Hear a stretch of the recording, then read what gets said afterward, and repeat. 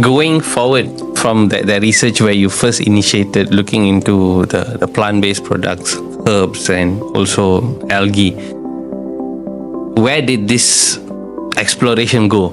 I mean, you have a list of ingredients which I see that are able to harness the ability of the stem cells.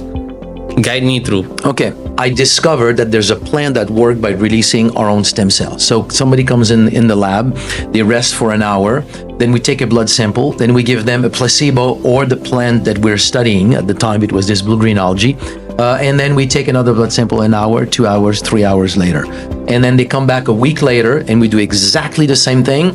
And this time we give them placebo or the plant, whichever we gave them the first time, we give them the other one. And then we do the exact same process. The placebo is aimed at determining their circadian cycle in the number of stem cells in circulation. They're maximum at about 5 a.m.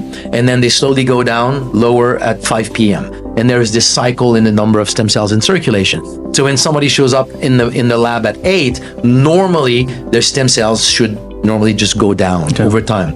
So, and we take the response that we have with the plant extract and we make the difference. So that tells us how many additional stem cells we have put in the bloodstream with the use of that plant. So that's how we can determine that research. So when we documented all of that, then the next question in my mind was, we evolve in symbiosis with the environment. Like, there's not only one plant that stimulates the immune system. Exactly. There cannot be just one plant that stimulates the repair system. So there has to be others. So how do you find them? So you just step back and think of what are the plants that historically have been associated with many kinds of benefits.